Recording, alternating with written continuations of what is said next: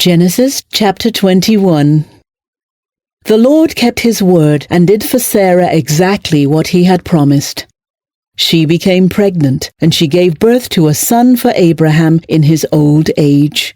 This happened at just the time God had said it would, and Abraham named their son Isaac. 8 days after Isaac was born, Abraham circumcised him as God had commanded. Abraham was 100 years old when Isaac was born.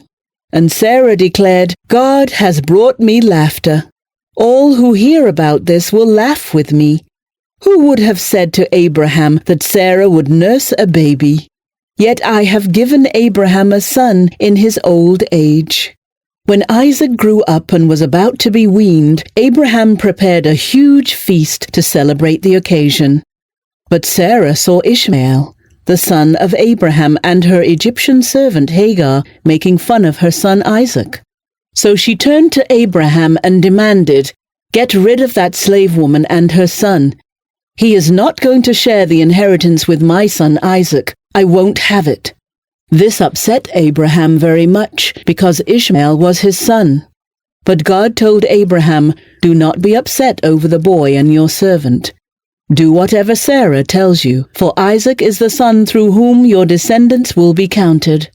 But I will also make a nation of the descendants of Hagar's son, because he is your son too." So Abraham got up early the next morning, prepared food and a container of water, and strapped them on Hagar's shoulders.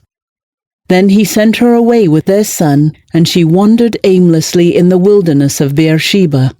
When the water was gone, she put the boy in the shade of a bush.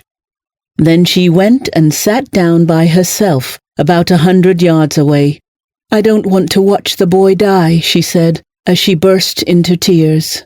But God heard the boy crying, and the angel of God called to Hagar from heaven, "Hagar, what's wrong? Do not be afraid. God has heard the boy crying as he lies there. Go to him and comfort him, for I will make a great nation from his descendants." Then God opened Hagar's eyes, and she saw a well full of water. She quickly filled her water container and gave the boy a drink. And God was with the boy as he grew up in the wilderness. He became a skillful archer, and he settled in the wilderness of Paran.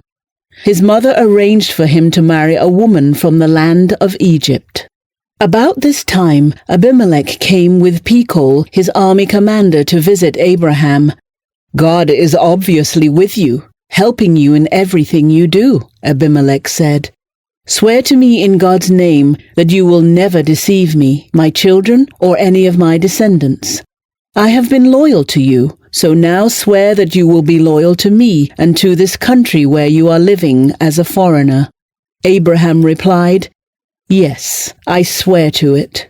Then Abraham complained to Abimelech about a well that Abimelech's servants had taken by force from Abraham's servants.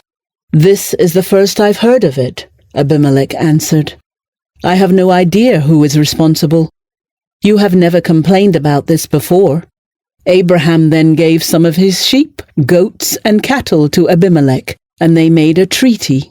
But Abraham also took 7 additional female lambs and set them off by themselves. Abimelech asked, "Why have you set these 7 apart from the others?" Abraham replied, "Please accept these 7 lambs to show your agreement that I dug this well." Then he named the place Beersheba, which means well of the oath, because that was where they had sworn the oath.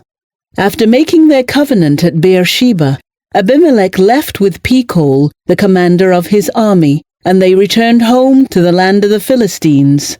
Then Abraham planted a tamarisk tree at Beersheba, and there he worshipped the Lord, the eternal God.